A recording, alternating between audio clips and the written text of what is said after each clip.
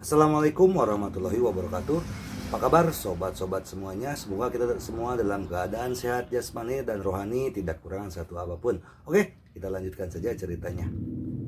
Bab 2898 sampai bab 2900. Setelah mendengar perintah Chen Zhaozong, Qiang Zai berlari keluar dengan cepat. Meskipun Chinatown adalah masyarakat kecil yang sangat rumit, ini hanyalah tempat yang besar. Jadi setelah lama tinggal di sini, kami semua sangat akrab satu sama lain. Sesuai dengan namanya, ini hanyalah sebuah jalan tempat berkumpulnya orang Tionghoa dalam jumlah besar. Hubungan semua orang di sini seperti tetangga di jalan, meskipun ada beberapa orang yang tidak tahu malu, jahat dan licik di lingkungan itu, mereka umumnya saling membantu dan mendukung. Pada tahun-tahun awal, orang Tionghoa yang baru tiba di Amerika Serikat diintimidasi dan harus hidup bersama dalam kelompok agar tetap hangat. Geng Tionghoa juga secara alami berkembang di lingkungan ini. Pada awalnya, untuk melindungi diri mereka sendiri, orang Tionghoa mengorganisir beberapa buruh muda dan kuat untuk bersama-sama berperang melawan musuh asing. Seiring berjalannya waktu, seiring dengan perkembangan masyarakat yang berkelanjutan, berbagai profesi terus-menerus terpecah, dan beberapa orang yang kadang-kadang bersatu untuk membela diri. Orang Tionghoa lainnya, lambat laun mereka menganggap hal semacam ini sebagai sebuah profesi, dan geng Tionghoa resmi didirikan. Dari sejarah Huabang, kita dapat melihat bahwa sejak lahir, Huabang bukanlah geng gangster yang menindas pasar dan menindas laki-laki dan perempuan. Kebanyakan geng di Amerika Serikat sangat berbeda sifatnya dengan geng Tiongkok. Sebagian besar geng dengan sejarah panjang di Amerika Serikat berkembang selama masa larangan. Metode mereka dalam menghasilkan uang pada dasarnya semuanya menentang pemerintah AS. Oleh karena itu, beberapa geng memiliki sejarah yang panjang. Dalam 100 tahun pembangunan, mereka telah mengembangkan naluri, yaitu semakin pemerintah tidak mengizinkan mereka melakukan, semakin mereka harus melakukannya, dan mereka harus melakukannya dengan lebih besar dan lebih kuat. Ambil contoh memungut biaya perlindungan. Huabang memungut biaya perlindungan di Chinatown, yang lebih seperti biaya properti tidak resmi.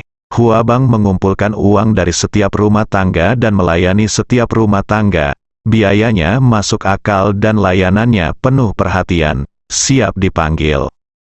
Namun, ketika geng seperti malaikat pembakaran memungut biaya perlindungan, mereka langsung menjadi bandit. Perampok hanya menginginkan uang, dan dia akan menyelamatkan nyawamu jika kamu menyerahkan uang itu. Jika dia bersikeras untuk tidak memberikannya, dia akan memberimu pisau atau suntikan. Anda tidak bisa berharap bahwa setelah dirampok, Anda bisa meminta bantuan perampok untuk menjaga rumah Anda. Dalam hal ini, perampok juga bisa saja merampok rumah Anda. Beberapa menit kemudian, Qiang Zai bergegas menghampiri seorang pria paruh baya yang tampak berusia 40-an. Begitu pria itu memasuki pintu dan melihat Chen Zhaozong, dia berkata dengan penuh semangat, "Saudara Zong, kamu kembali." Pria ini adalah Ni Dawei, bos geng Tionghoa di Chinatown, New York. Ketika Chen Zhaozong melihat leher Ni Dawei dibalut kain kasa tebal, dia segera bertanya, "Dawei, ada apa dengan lehermu?" Ni Dawei menghela nafas, "Lupakan saja. Saya tertembak ketika saya kembali ke rumah, dan peluru mengenai leher saya. Jika lebih akurat, saya akan melapor kepada penguasa neraka." Saat dia mengatakan itu, dia melihat kelima pria menyedihkan di sudut dan bertanya dengan ngeri, "Ah Zong, apa yang sebenarnya terjadi di sini?" Chen Zhaozong bertanya kepadanya, "Qiang Zai tidak memberitahumu?" Ni Dawei berkata, "Qiang Zai hanya mengatakan bahwa Anda memiliki sesuatu yang penting untuk dilakukan dengan saya, tetapi dia tidak mengatakan bagaimana situasi spesifiknya." Chen Zhaozong mengangguk dan berkata kepadanya, "Orang-orang ini datang ke toko untuk mengumpulkan uang perlindungan dari Qiang Zai, tetapi Tuan Ye memberi mereka pelajaran. Karena itu, dia berkata kepada Ye Chen, 'Tuan Ye, ini Ni Dawei, bos geng Tiongkok. Nidawei memandang Ye Chen dengan kaget, tidak dapat membayangkan bahwa anggota malaikat pembakaran yang kejam ini akan dipukuli sedemikian rupa oleh pemuda di depannya. Kali ini, Chen Zhaozong berkata kepadanya lagi, "Dawei, izinkan saya memperkenalkan Anda, ini Tuan Ye. Dia juga ingin bertemu dengan Anda kali ini." Nidawei kembali sadar, meskipun dia tidak tahu siapa Ye Chen, melihat bahwa dia mampu menyiksa kelima orang ini menjadi bentuk yang tidak manusiawi sendirian, dia menduga latar belakang Ye Chen jelas tidak biasa. Jadi, dia segera menghampiri Ye Chen dan berkata dengan hormat, "Halo, Tuan Ye, saya Nidawei, senang bertemu dengan Anda." Ye Chen mengangguk sedikit dan bertanya kepadanya, "Berapa banyak orang di Huagang?" Nidawei berkata dengan jujur, "Sebelumnya ada hampir 100 orang, tapi sekarang kecuali saudara-saudara yang tewas dan terluka, sisanya pada dasarnya telah melarikan diri." Ye Chen mengerutkan kening dan berkata, "Ada hampir 100 dari Anda, bagaimana Anda bisa membiarkan 5 bajingan ini berjalan melalui Chinatown?" Nidawei berkata dengan malu, "Tuan Ye, di belakang 5 orang ini adalah malaikat pembakaran. Di belakang malaikat pembakaran adalah orang Italia. Mereka sebenarnya mengendalikan lebih dari selusin geng besar dan kecil di New York, dengan setidaknya beberapa ribu orang. Mereka sama sekali bukan tandingan mereka." Ye Chen berkata dengan dingin, "Jadi bagaimana jika ada ribuan orang? Saya belum pernah mendengar tentang perkelahian geng yang melibatkan ribuan orang di Amerika Serikat. Apakah dia masih bisa memimpin ribuan orang ke Chinatown?" Nidawei berkata dengan canggung, "Tuan Ye, Anda tidak tahu apa-apa, orang-orang ini sangat kejam. Mereka membunuh beberapa anggota inti geng Tiongkok kami secara terang-terangan dan sembunyi-sembunyi. Saudara-saudara ketakutan dan mereka semua mundur." Ye Chen bertanya kepadanya, "Berapa banyak dari kalian yang telah membunuh malaikat pembakaran?" Nidawei berseru, "Mereka membunuh 11 saudara kita." Ye Chen mengerutkan kening dan bertanya lagi, "Berapa banyak dari mereka yang telah kamu bunuh?" Nidawei menggelengkan kepalanya dengan sedih, "Tidak satu pun." Karena itu, Nidawei dengan cepat menjelaskan, "Bagaimanapun, kami adalah geng etnis minoritas asing di New York. Kami tidak bisa melawan ular lokal seperti mereka. Jadi kami tidak ingin melawan mereka sejak awal, dan mereka juga membiarkannya pergi. Jika kita berani bergerak jika salah satu dari orang-orang mereka menyentuh salah satu dari mereka, mereka akan membunuh kita 10 kali." Ye Chen mengerutkan kening dan berkata, "Apa yang terjadi dengan geng etnis minoritas, geng di Korea Selatan, Vietnam, dan Aljazair juga merupakan geng yang terdiri dari etnis minoritas. Apakah mereka seperti Anda, dipukuli oleh malaikat pembakaran dan melarikan diri?" "Ya."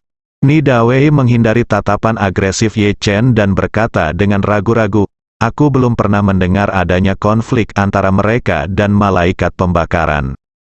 Ye Chen menunjuk ke 5 orang itu dan bertanya kepada Nidawei, "Pernahkah Anda memikirkannya, mengapa orang-orang ini tidak berani menindas geng Korea atau geng Vietnam, tetapi malah datang untuk menindas Anda?" Nidawei mengerucutkan bibirnya dan menundukkan kepalanya karena malu. Ketika Ye Chen melihat bahwa dia diam, dia berbalik bertanya kepada Will Johnson, "Ayo, Will, beritahu saya, mengapa kamu tidak pergi ke Koreatown untuk merebut wilayah? Apakah kamu malah datang ke Chinatown?" Will Johnson berkata dengan gemetar, karena Korea memiliki terlalu banyak senjata. Sejak tahun 1992, kami jarang mengalami konflik langsung dengan Korea." Ye Chen mengangguk, lalu bertanya kepada Nidawei, "Tahukah kamu mengapa mereka tidak berani memprovokasi orang Korea sejak tahun 1992? Nidawei berkata dengan malu, Saya tahu. Orang Korea memang mendapatkan ketenaran di Amerika Serikat saat itu." Ye Chen berkata dengan dingin, "Kamu juga tahu bahwa mereka mendapatkan reputasi dengan bekerja keras demi hidup mereka. Lalu, sebagai bos geng Tiongkok, Mengapa kamu tidak berani memimpin saudara-saudaramu untuk melawan mereka sampai akhir? Don, jangan lupa bahwa orang yang berdiri di belakangmu bukan hanya hampir 100 saudara laki-lakimu, tapi juga semua rekan senegaranya di Chinatown yang mengandalkanmu untuk perlindungan. Mereka telah membayarmu biaya perlindungan. Jika terjadi sesuatu dan kamu melarikan diri, apa yang akan mereka lakukan? Wajah Nida Wei memerah saat ini dan dia ingin membenamkan kepalanya di tanah. Ye Chen terus bertanya, pernahkah Anda berpikir bahwa jika Anda mundur, seluruh pedagang Chinatown tidak punya pilihan selain dibantai oleh mereka? Di masa depan, semua orang akan tahu bahwa pedagang Chinatown mudah ditindas, dan semua orang akan tahu bahwa pedagang Chinatown mudah ditindas, dan semua orang akan perlakukan mereka seperti sepotong kue. Hari ini malaikat pembakaran ingin datang dan memotong sepotong, dan besok mungkin ada iblis beku yang datang untuk mengambil sepotong kue, dan dalam beberapa hari, bahkan kucing dan anjing itu tak seorang pun yang memandang rendah mungkin akan datang membawa mangkuk mereka dan mengambil beberapa sumpit. Terlebih lagi, bagaimana jika kamu mundur? Akankah mereka melepaskanmu jika kamu mundur? Jika demikian, mengapa kamu, seorang pria bermartabat dan bos geng Tiongkok, bersembunyi di salon rambut wanita? Nida Wei hampir pingsan secara mental karena serangkaian pertanyaan Ye Chen. Dalam 2 hari terakhir ini, Nida Wei telah tersiksa di dalam hatinya. Saudara-saudaranya mengalami kecelakaan silih berganti, bahkan dia sendiri hampir mati. Namun, sebagai bos, dia tidak pernah mampu mengumpulkan keberanian untuk melawan pembakaran malaikat sampai akhir.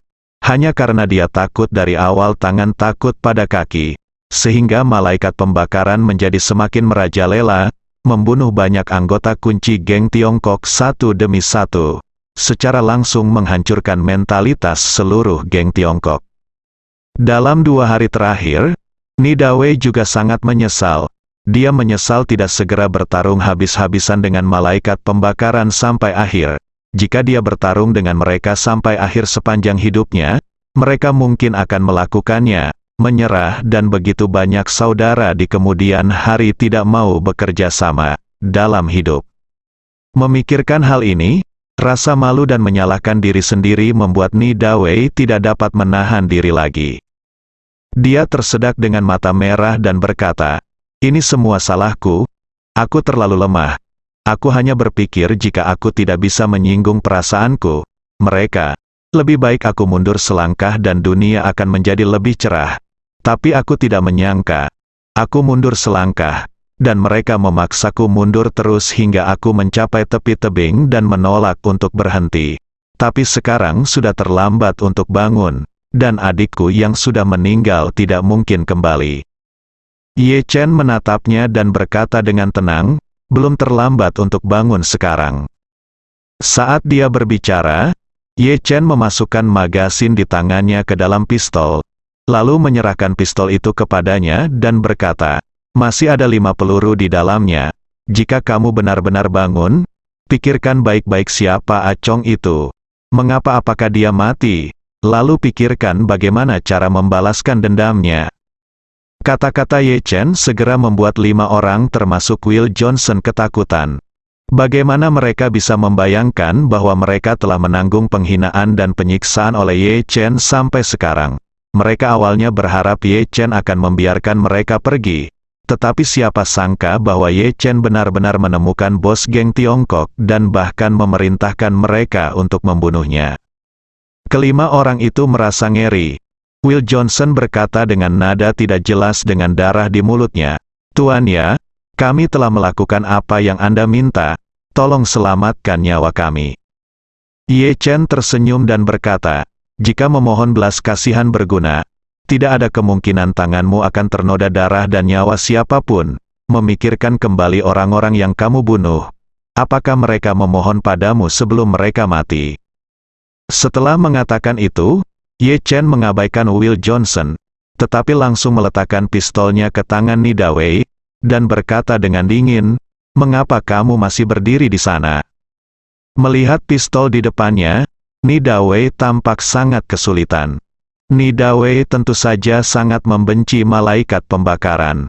Namun, ketika Ye Chen menyerahkan pistol ke tangannya, dia mulai merasa gugup lagi. Ia telah bekerja keras di geng Tiongkok selama bertahun-tahun, meski sering berkelahi dengan orang lain. Pembunuhan seseorang dengan tangannya sendiri belum pernah terjadi sebelumnya. Ye Chen tiba-tiba menyerahkan pistolnya dan mengingatkannya bahwa ada 5 peluru di pistol itu. Niatnya sangat jelas, yaitu membiarkan dia mengambil pistolnya dan membunuh kelima musuh satu persatu. Ni Dawei mulai khawatir. Dia bertanya-tanya, jika dia benar-benar menembak dan membunuh 5 orang ini di sini, apakah dia harus menjalani sisa hidupnya dengan susah payah di bawah kejaran polisi dan kejaran malaikat pembakaran? Lagi pula, dia tidak merasa bahwa Hua Gang memiliki peluang untuk menang melawan malaikat pembakaran. Dia bahkan tidak bisa melawan malaikat pembakaran, apalagi orang Italia di belakang malaikat pembakaran. Namun, apa yang dikatakan Ye Chen barusan benar-benar merangsang dia. Di bawah kepemimpinannya, tidak apa-apa jika geng Cina gagal keluar dari Chinatown. Sekarang mereka masih dibunuh oleh lawan. Sekarang seluruh Chinatown telah sepenuhnya menjadi wilayah malaikat pembakaran. Jika dia melarikan diri, geng Cina akan melakukannya juga akan hancur total, menjadi sejarah. Pada saat itu, tidak hanya saudara-saudara yang meninggal akan mati dengan mata terbuka, bahkan para pedagang di seluruh Chinatown akan terkena dampak negatif yang sangat besar. Sejenak Ni Dawei mengalami keterikatan dan pergumulan yang belum pernah ia alami seumur hidupnya. Ye Chen merasa sedikit kecewa saat melihatnya ragu-ragu lagi, dan berkata dengan dingin, dia tidak takut, ragu-ragu, penakut, dan bimbang. Memiliki bos seperti Anda sungguh sangat disayangkan bagi geng Tiongkok dan bahkan seluruh Chinatown. Ni Dawei langsung merasa malu, namun tetap tidak menentukan pilihan di antara keduanya. Tepat ketika dia tidak tahu harus berbuat apa, Qiang Zai di samping tiba-tiba berjalan ke arah Ye Chen, mengulurkan tangan, dan berkata dengan tegas, "Tuan Ye, berikan saya pistolnya, saya akan melakukannya." Chen Zhaozong sedikit terkejut, menatapnya dan bertanya dengan sedikit cemberut, "Qiang Zai, jika kamu membunuh seseorang, kamu mungkin tidak dapat tinggal di Amerika lagi." Tidak masalah, Paman Zong." Qiang Zai mengepalkan tangannya dan berkata dengan serius, Paman Zong, jika kita tidak menyingkirkan mereka, aku hanya bisa terus diintimidasi oleh mereka dan membiarkan mereka mengeksploitasiku ketika aku tinggal di Amerika. Terlebih lagi, mereka sendiri pantas dibunuh, dan saya adalah imigran ilegal di Amerika Serikat. Hal terburuk yang bisa saya lakukan adalah membunuh mereka dan kemudian mencari perahu untuk meninggalkan Amerika. Saya akan melakukannya lebih baik tidak pernah kembali daripada tidak pernah mengambil napas ini. Setelah itu, dia mengertakkan gigi dan berkata dengan tegas, hanya saja sebelum saya meninggalkan Amerika Serikat, saya harus mempertaruhkan nyawa saya untuk membunuh beberapa nyawa mereka lagi, untuk membalaskan dendam rekan senegaranya yang meninggal di Chinatown.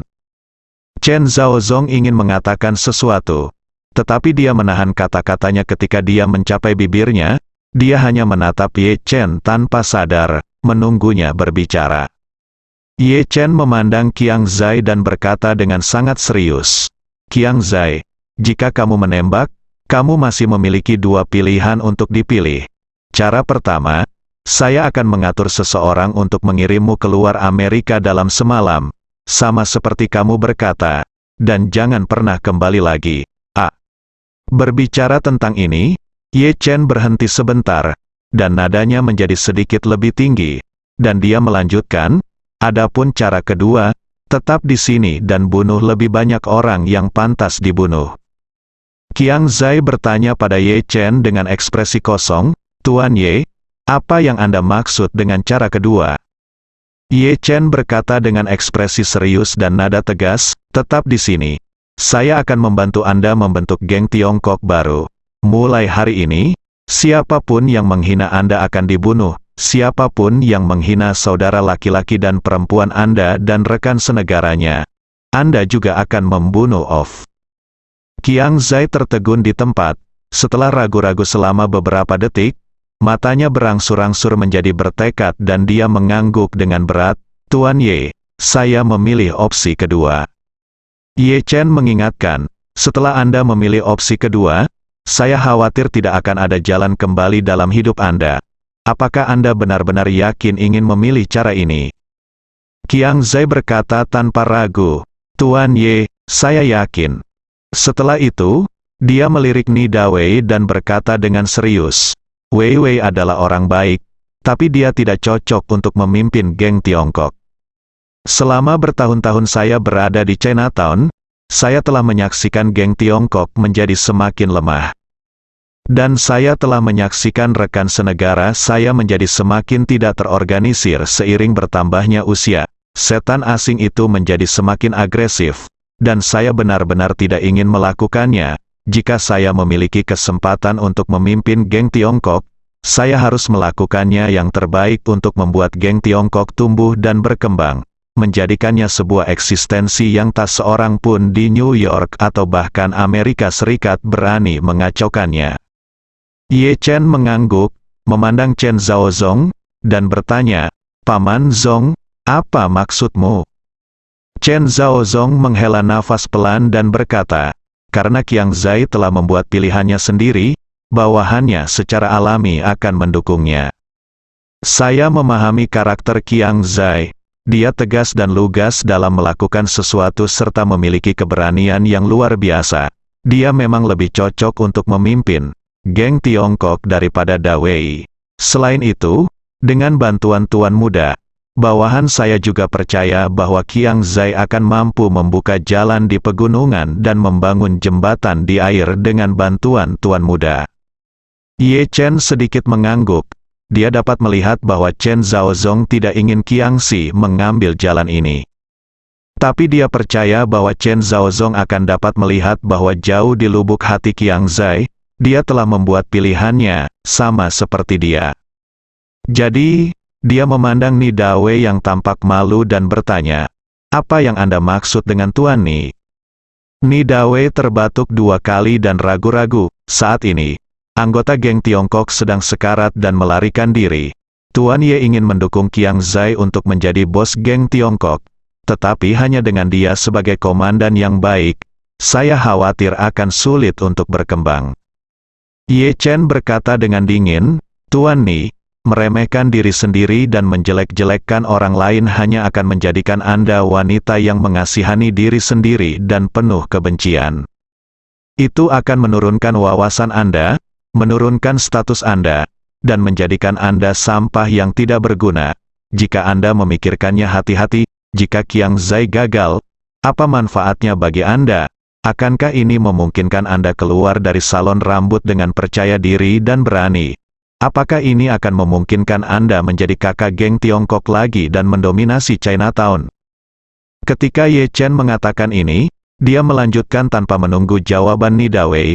Sudah kubilang, tidak, jika Qiang Zai gagal, kamu tidak akan pernah meninggalkan salon rambut kekasihmu seumur hidup ini, atau kamu dapat kembali ke Chinatown dalam hidup ini, dan kamu tidak akan pernah memiliki kesempatan lagi untuk berbalik dalam hidup ini. Segera, Ye Chen menatapnya dan bertanya, bagaimana jika Qiang Zai berhasil? Jika Anda mundur selangkah, Anda dapat terus tinggal di Chinatown secara terbuka.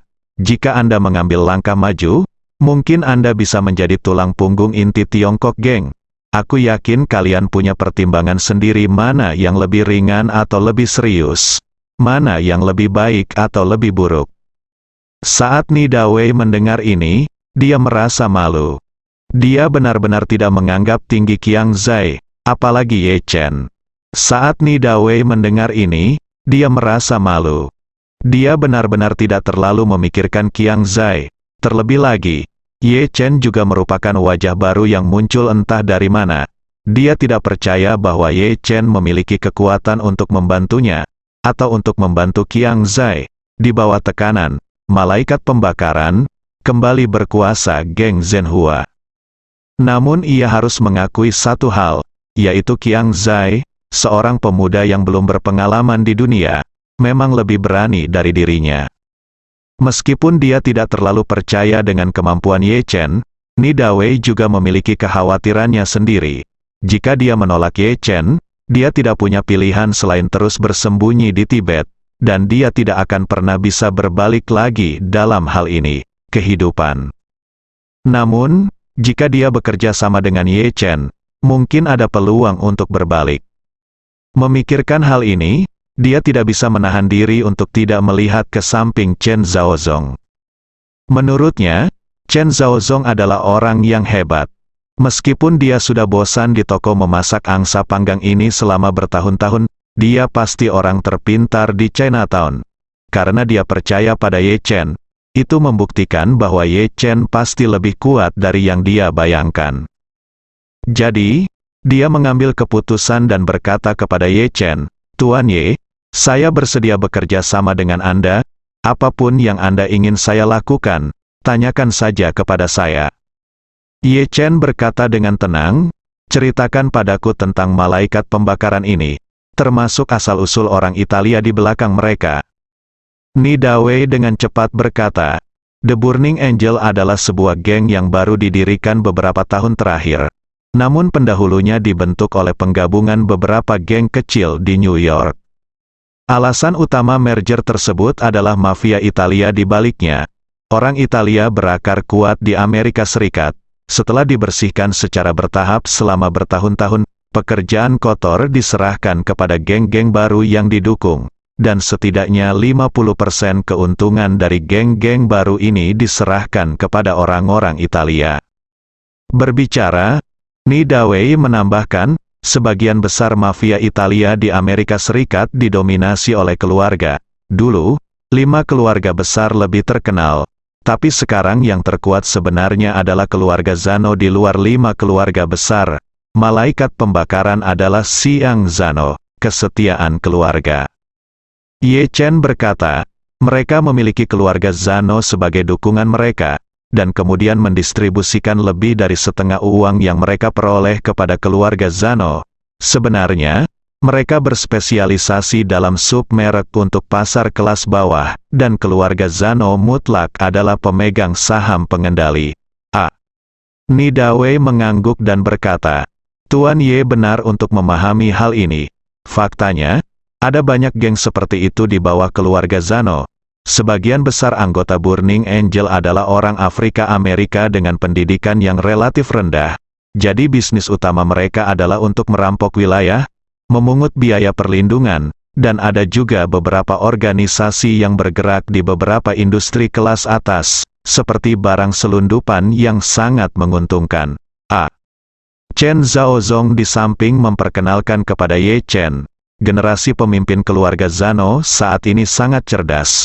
Mereka telah membagi bisnis yang awalnya satu atap menjadi beberapa tautan secara mendetail, dan kemudian menyerahkan tautan yang berbeda ke organisasi yang berbeda, bertanggung jawab, dan kemudian organisasi bekerja sama satu sama lain, saling memeriksa dan menyeimbangkan, dan saling menjaga satu sama lain.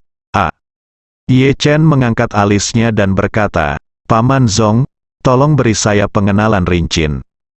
Chen Zhaozong menjelaskan, "Pandangan saya didasarkan pada beberapa informasi yang diedarkan oleh dunia luar dan apa yang telah saya lihat dan dengar ketika saya berada di sini sebelumnya. Ini mungkin tidak akurat, tetapi tidak terlalu bias." Setelah selesai berbicara, Chen Zhaozong berkata dengan serius, "Sebenarnya, sumber pendapatan terbesar keluarga Zhano selalu dari penyelundupan dan penjualan pecandu narkoba. Mereka memiliki geng yang didedikasikan untuk penyelundupan, geng yang didedikasikan untuk penjualan, dan banyak lagi seperti The Burning Angels adalah geng tingkat rendah yang merebut wilayah di seluruh Amerika Serikat. Struktur dasar organisasi ini adalah pertama-tama mengirimkan sejumlah besar geng tingkat rendah untuk terus memperluas pengaruh mereka ke seluruh negeri. Setelah mereka memilih lingkungan, mereka akan menetap di lingkungan ini, dan kemudian menggunakan cara-cara kekerasan untuk dengan cepat mendapatkan hak pendudukan absolut di lingkungan ini. Setelah mereka menyelesaikan pendudukan, tim yang berspesialisasi dalam penjualan narkoba akan memperluas bisnisnya ke wilayah yang baru diduduki oleh geng-geng tingkat rendah dan langsung memonopoli perdagangan narkoba di daerah ini. Geng-geng tingkat yang pertama kali menduduki wilayah pengaruh juga akan bekerja untuk para pengedar narkoba ini untuk memberikan perlindungan dan keamanan. Ye Chen mengangguk dan mendecakkan bibirnya dan berkata, "Saya mengerti, mengirim perampok untuk merampok mobil terlebih dahulu. Setelah perampok menggeledah orang dan keuangan di dalam mobil, mereka kemudian mengemudikan mobil dan membawa orang lain. Orang Bosnia dan narkoba pecandu pergi ke tujuan mereka untuk menjualnya guna mendapatkan keuntungan yang lebih besar." "Ayah," Chen Zaozong berkata, namun, tumpangan gratis bukan hanya pengedar narkoba. Selain memonopoli pengedar narkoba, mereka juga memonopoli kasino dan bisnis darah dan daging dalam lingkup pengaruh mereka. Obat-obatan lain diperbolehkan. Orang-orang membuka kasino bawah tanah dan meminjamkan riba, dan mereka juga akan mengimpor sekelompok pelacur untuk memonopoli bisnis darah dan daging di wilayah ini, dan organisasi darah dan daging lainnya atau praktisi individu harus berhenti menerima pelanggan. Ye Chen tidak bisa menahan diri untuk tidak mendecakkan bibirnya dan berkata, "Gameplay seperti ini memang dapat memaksimalkan pemanfaatan sumber daya, dan setiap tautan dapat memeriksa dan menyeimbangkan satu sama lain. Ini jauh lebih stabil daripada menyerahkan semua bisnis ini kepada geng untuk beroperasi. Tampaknya ini cara yang rumit. Keluarga Nuo benar-benar memiliki dua keterampilan." Chen Zaozong mengangguk dan berkata, "Hal yang paling kuat tentang keluarga Zhao adalah mereka hampir tidak pernah melakukan sesuatu yang ilegal dan kriminal. Di permukaan, mereka hampir tidak terlibat dalam bisnis ilegal dan kriminal ini. Ini benar-benar berbeda dari orang Italia sebelumnya, mafia. Dulu, mafia Italia akan melompat keluar dan memukuli dada semua orang ketika mereka membunuh seseorang, dan memberitahu semua orang bahwa saya membunuh orang ini. Namun metode keluarga Zhao adalah memerintahkan si pembunuh untuk membuang mayatnya di depan pintu rumah mereka, lalu segera menelepon polisi, memberitahu polisi bahwa ada seseorang yang meninggal di depan rumahnya, dan juga berinisiatif menyerahkan semua catatan pengawasan kepada polisi, membuatnya seolah-olah ingin menyelesaikan kasus tersebut secepatnya. Polisi. Ye Chen bertanya dengan rasa ingin tahu, "Paman Zong, apakah kamu mengatakan yang sebenarnya, atau kamu hanya membuat metafora?" Itu benar," Chen Zaozong berkata. Tahun lalu, kepala keluarga mafia Italia lainnya dipukuli hingga menjadi sarang lebah oleh 4 pria bersenjata dengan senapan mesin ringan dari 2 arah sambil menunggu lampu merah. Jenazah sang patriark diangkut ke pintu rumah keluarga Zhao. Keluarga Zhao segera menelepon polisi. Tak hanya berinisiatif membeberkan video pengawasan pria bersenjata yang melemparkan jenazah tersebut ke dunia luar, mereka bahkan mengumumkan bahwa keluarga Zhao telah dijebak dan ditawari hadiah sebesar $1 juta AS untuk bantuannya. Polisi menangkap si pembunuh. Tapi nyatanya, keluarga itu adalah pesaing terbesar keluarga Zhao. Kedua pihak bersaing memperebutkan pasokan kokain dari Kolombia dan hak agen distribusi di New York bahkan seluruh pantai timur. Jika siapapun yang berhasil mendapatkan hak agen tersebut akan mendapat keuntungan setidaknya 1 tahun ratusan juta dolar. Jadi semua orang tahu bahwa orang tersebut harus dibunuh oleh keluarga Zhao. Tetapi mereka tidak menyangka bahwa setelah membunuh orang tersebut, keluarga Zhao akan menyeret mayatnya ke gerbang dari istana mereka sendiri dan menggunakan mayat pihak lain untuk menyanyikan sebuah drama. Ye Chen tersenyum dan mengangguk, dan berkata dengan tenang, "Karena keluarga Zhao sangat suka menyanyi, ayo kita buatkan pertunjukan untuk mereka juga." Bersambung.